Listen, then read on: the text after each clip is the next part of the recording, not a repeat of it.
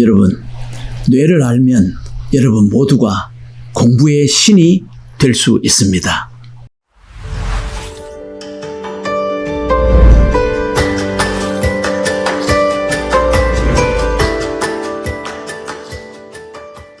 (40만) 명의 수험생들을 위해서 뇌과학에서 제시하는 아주 특이한 학습법을 알려드리도록 하겠습니다. 먼저 시험을 두려워하지 말라.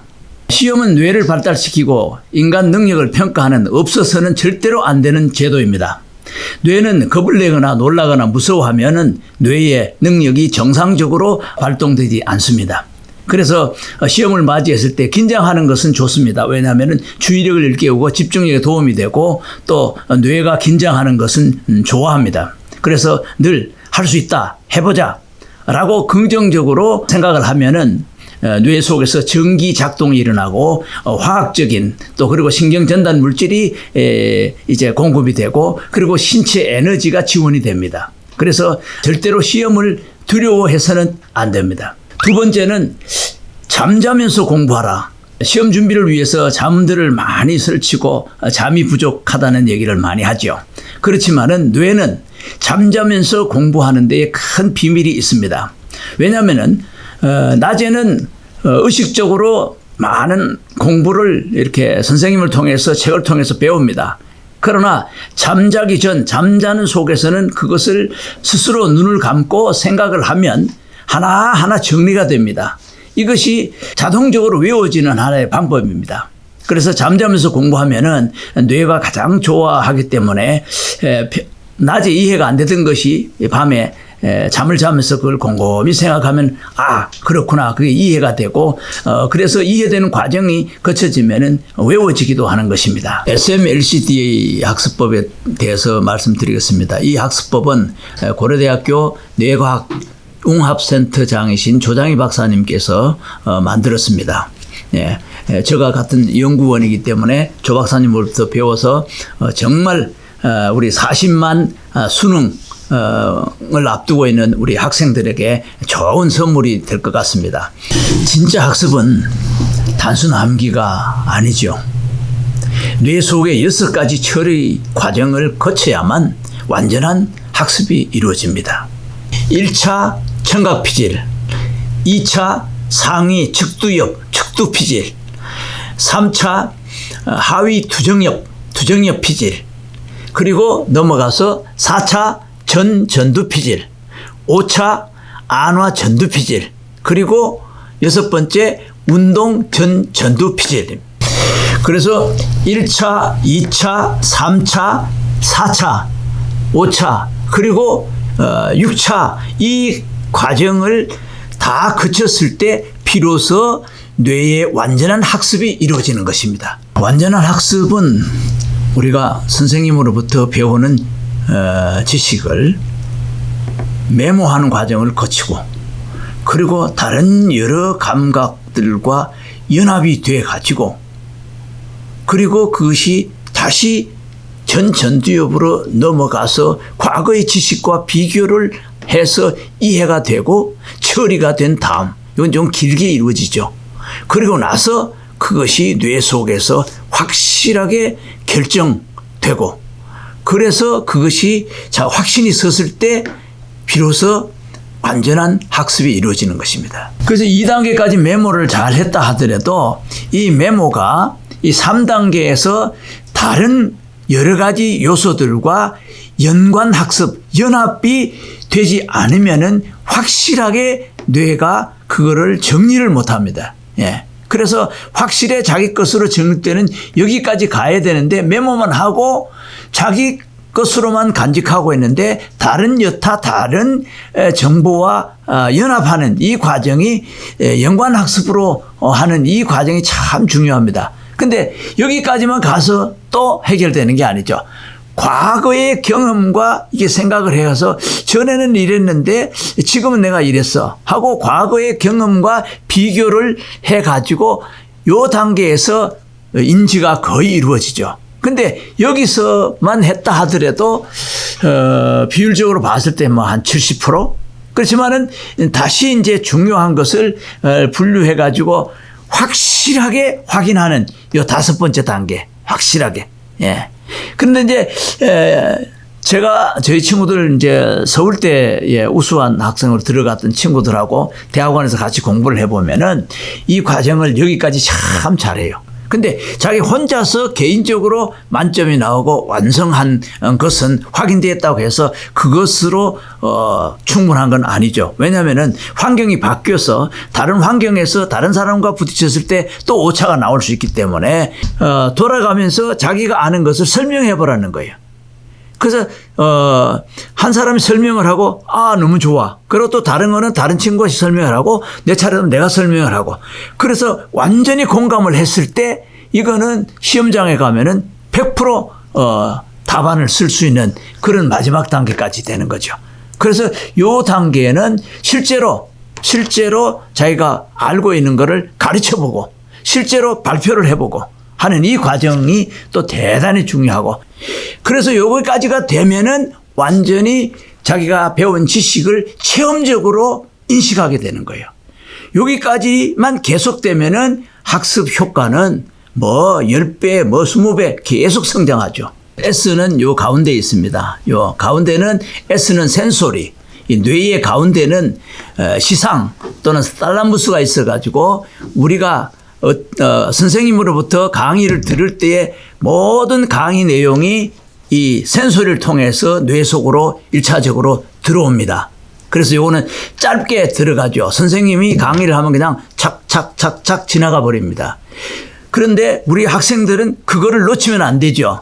2번째 단계가 이게 이제 2차 기억. 이건 2차 기억인데 내부에 조금 더 시간을 들여가지고 여기에서는 선생님이 강의하는 목소리를 듣고 그 목소리가 청각으로 들어와서 이제 학생은 그거를 노트에 메모를 해야 됩니다. 이 놓치면 안 되죠. 예.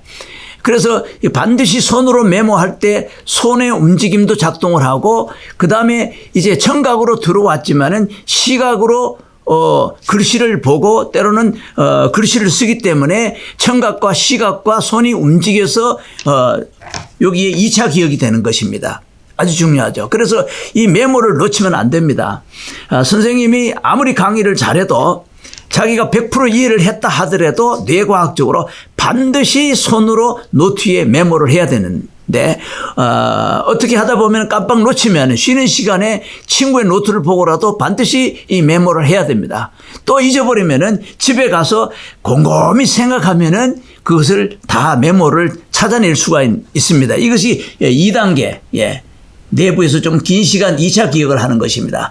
그 다음에 3번째 여기 가운데를 치면은 이 안에는 감각, 받아들이는 것을 이 1단계, 2단계에 들어온 것을 3단계에서 완전히 정리하는 단계입니다. 예. 그래서 여기 정돈한다고 써놨죠. 예. 그리고 시간이 좀 길어지는데 여기서부터는 학습 효과가 있는 것입니다. 예. 여기서 2차 단계는 메모하는 데까지 치중하지만은 여기서는 감각이 여러 가지 감각이 연합을 합니다.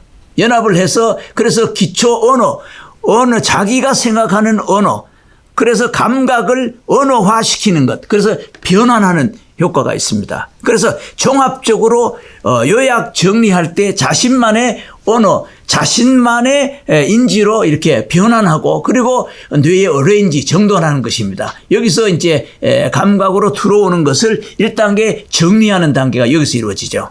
여기서 이제 이루어지는데 요거를 이제 게슈빈트 영역이라고 합니다. 게슈빈트. 여기 이제 말소리 듣고 메모하는 유종수용 하는 여기는 이제 베르니테 영역이라고 하는데 이 게슈빈트 영역이 대단히 중요합니다. 예. 아인슈타인 같은 경우는 이 영역이 아주 발달한 것으로 이렇게 나타나고 있습니다. 여기서 되면은 이제는 앞으로 전두엽으로 이 정보를 보냅니다. 전두엽으로 정보가 가면은 여기서는 좀 더 긴 시간 동안 학습이 이루어진다. 왜냐하면은 자기가 기존에 알고 있던 것과 기존에 어떤 생각했던 것과 지금 새로 들어오는 정보와 지식을 이렇게 비교해 가지고 본인이 그것을 분류를 합니다. 이거 좋을까? 이거 쉬운 거냐? 아니면 어려운 거냐? 이거 어떤 거지? 이제 분류를 하고 그리고 이해를 하게 되는 것입니다. 이것이 전두피질 전전두피질, 전두엽에서 전전두엽에서 이루어지는 것입니다. 여기가 이제 보통 보면은 인지 기능을 여기가. 예. 이쪽에는 이제 수용하고, 그것을 받아들여 메모하고 또 그것을 이제 이렇게 정돈하고 이런 변환하는 과정인데 여기에 전두엽으로 넘어갔을 때에 비로소 인지가 형성이 되는데 벌써 1번, 2번, 3번, 네 번째 단계에서 인지가 이루어집니다. 그러나 요 선에서 멈춰서는 안 됩니다. 여기서 다시 요 아래로 내려가면은 이제 5차 기억이 이루어지는데 여기서는 완전히 결정이라고 되어 있지만은 어떤 결과적으로 이게 중요하구나. 그래서 자기가 뇌가 이제는 내가 장기 기억을 저장을 해야 되겠다고 선택적으로 그것을 확신하게 되는 겁니다. 예. 그래서 이거는 좀 더 긴 시간의 학습이 이루어집니다. 여기에 보면은 안화 전두피질이라고 그러는데 안화 자주 안 쓰는데 눈 안자입니다. 그래서 눈알이 들어있는 그 주변이 아주 중요합니다. 심지어는 눈알 돌리기 기억법이라고 있는데 그래서 이 부분에서 완전히 이건 참 중요한 거야. 그래 이건 내 생활에 유익한 거야. 이거는 아주 좋은 거야. 라고 완전히 여기서 결정을 하는 겁니다. 결정. 이 단계까지 가야만이 이제 장기 기억에서 잘 잊혀지지 않고 학습의 효과가 거의 90% 단계에 이릅니다. 여기에 이루어지면은 그거를 일단 마지막 6단계에서는 전운동 피질인데 이것을 언어로 표현을 해보거나 그 다음에 자기가 문제지를 만들어서 내가 아는 것을 바깥으로 표현을 해보는 행동을 해야 되는 겁니다. 우리 수험생들이 이 SMLCD의 학습법만 오늘 잘 이해를 하면은 공부하는 것이 즐겁습니다. 그리고 공부하는 것마다 기억이 잘 됩니다. 그리고 그 기억이 잘 될 뿐만 아니라 대부분 이 원리만 알면은 학습 효과가 수배 갑절 공부 효과가 나타나는 것입니다. S는 첫 번째 센소리, 감각. 그리고 M은 메모하는 메모리 기억이고 L은 랭귀지 언어 어휘고 C는 코그네이션 이래가지고 인지이고 D는 디시전 A는 행동. 그래서 이 6가지 단계가 SMLCD의 학습법인데 우리 학부모님들 또 우리 학생들 어떻게 생각하십니까? 저는 이 방법을 해보니까 공부가 너무 즐겁습니다. 너무 이해가 잘 됩니다. 예, 여러분들도 이번에 이걸 꼭 한번 활용을 해보시기 바랍니다. 그 다음에 이제 네 번째는 무엇이냐? 네 번째는 시험에 따른 내가 이 시험을 치면은 어떤 보상이 있다라는 것을 예상을 하고 보상에 대한 기대를 할 필요가 있어요. 그리고 기대한 만큼 내가 이제 인내해야지. 요거 이루어질 때까지 내가 기다려야지. 그래서 어떤 일을 성공시키는 데 있어서는 계획을 하고 추진하지만 반드시 이 인내하는 시간이 필요합니다. 그래서 인내가 없으면 중간에 스톱하게 되면은 그동안 했던 학습의 효과가 제대로 결실을 못 맺을 수도 있습니다. 그래서 뇌를 발달시키는데 뇌의 어떤 창의력이나 뇌의 기능을 최대화시키는 것을 보통 경험 기대적 가소성이라 그러죠. 그래서 적은 경험이지만은 자기가 시험을 통과했던 좋은 경험들을 많이 축적한 사람들은 어떤 새로운 시험이 오면 이번 시험에서는 내가 어떤 걸 얻겠다 하는 그런 그 경험 기대적 가소성, 그러니까 경험 기대, 경험을 통한 어떤 보상을 기대할 수 있고 그 보상을 통해 가지고 이제 나머지 시간 지루한 이런 것들을 극복할 수도 있고 인내할 수도 있는 겁니다. 그래서 우리 어린아이들 보면은 태권도 심사하면은 이제 승단이 되고 또 직장에 들어가면은 입사시험에서 승진시험에서 고등고시 행정고시 온갖 또 연예계는 오디션 이게 다 시험의 한 과정이죠. 그래서 시험을 두려워하지 않고 시험 결과에 대한 보상을 기대하고 오히려 설레이는 마음으로 그것을 시험을 준비하고 인내하는 것은 우리가 학생들이 가질 수 있는 좋은 한 태도라고 생각을 합니다. 그 다음에 다섯 번째는 불타는 학습 동기를 유지하라. 모닥불을 피울 때에 처음에는 활활 타는데 한참 지나면은 소멸됩니다. 그렇지만 계속 나무를 집어넣으면 모닥불이 계속 활활 탑니다. 옛날에 전기 기차가 다니는데 보면은 나무를 계속 집어넣으면서 불을 지펴가지고 수증기를 만들어내는 그런 그 영화의 장면을 본 적이 있습니다. 그래서 공부에 대한 열정이 식어지지 않도록 그 열정을 유지시키는 것 대단히 중요합니다. 그래서 모여 앉아가지고 또 선생님과 함께 내가 왜 공부를 하는지, 내가 뭐 때문에 공부를 하는지, 누구를 위해서 공부를 하는지, 무엇을 위해서 공부를 하는지, 이런 것에 대한 학습 동기를 강화시키는 이것이 아주 중요합니다. 6번째, 메타인지입니다. 메타인지는 자기가 무엇을 알고 자기가 무엇을 모르는지를 정직하게 확인하는 것입니다. 그래서 이 정직한 것이 결국 우리가 인지하는 데 최고로 중요한 것입니다. 내가 아는 것을 스스로 확인해 보는 것. 자기 성찰 지능이라고 하죠. 그래서 자기가 스스로 시험지를 만들어서 내가 아는 것이 무엇인지 또는 내가 모르는 것이 무엇인지를 찾아내는 것. 반대로 모르는 것을 아는 척하는 것. 이것은 우리가 학습 발달에 정말 안 되는 것이죠. 내가 모르고 있다는 것조차도 모르는 것. 이것은 더 안 되죠. 그래서 정직하게 내가 아는 것이 무엇이고 또 내가 아는 것을 정말 설명할 수 있는지 그것을 확인하는 메타인지, 이것은 너무나 중요한 것입니다. 그래서 메타인지라는 거는 존 프로벨이라는 미국 발달 심리학자가 1970년대에 만들어진 용어인데, 뇌의 기능을 극대화시킬 수 있는 아주 좋은 방법입니다. 삼성 바이오 사장이 카이스트에서 강의를 하는데 제가 그 강의를 2번 들었습니다. 그래서 그걸 요약을 해보면은 첫 번째는 완벽한 결과를 위해 확인하고 또 확인하였다는 겁니다.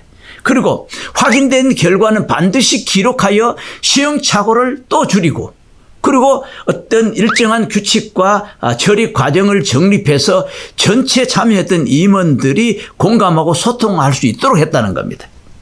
그리고 일관된 메시지, 동기부여, 목적의식, 그 목적을 성취하기 위해서 직원들과 가까이 생활하고 공감하는 이런 일을 했다는 겁니다. 대단한 거죠. 그야말로 메타인지의 원리를 삼성은 잘 활용해서 세계적인 그런 제품의 공장으로 또는 또 회사로 발전하는 데는 바로 이와 같은 뇌과학적인 원리를 잘 활용하고 있다. 그래서 제가 알기로는 몇 년 전에 세계적인 뇌과학자인 세바찬성 박사를 삼성의 부회장, 부사장으로 영입했다는 아주 저희들로서는 반가운 그런 이야기도 듣고 있습니다. 여러분, 학습이 뭐라고 생각하십니까?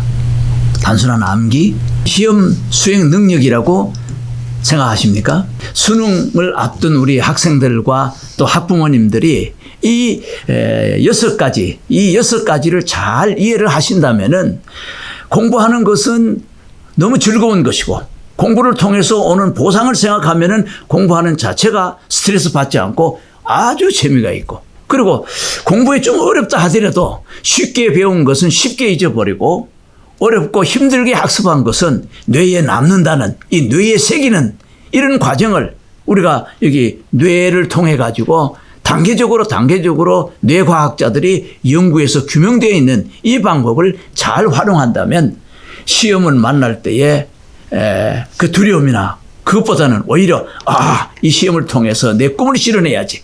그래서 시험은 뇌를 발달시키고 인간의 능력을 평가하는, 없어서는 안 될 이것을 내가 즐기면서 공부를 한다면 우리나라 모든 자라나는 학생들이 보니까 한 532만 명쯤 되더라고요. 초등학교, 중학교, 고등학교 다 하니까. 그래서 우리나라의 훌륭한 인재들을 양성하는 데 있어서 이 좋은 뇌과학적인 공부 방법을 활용을 해서 세계 속의 한민족이 될 수 있도록 세계를 이끌어갈 수 있는 한민족으로서의 훌륭한 인재가 발굴되기를 바라는 마음에서 오늘 이 말씀을 드렸습니다. 감사합니다. 감사합니다.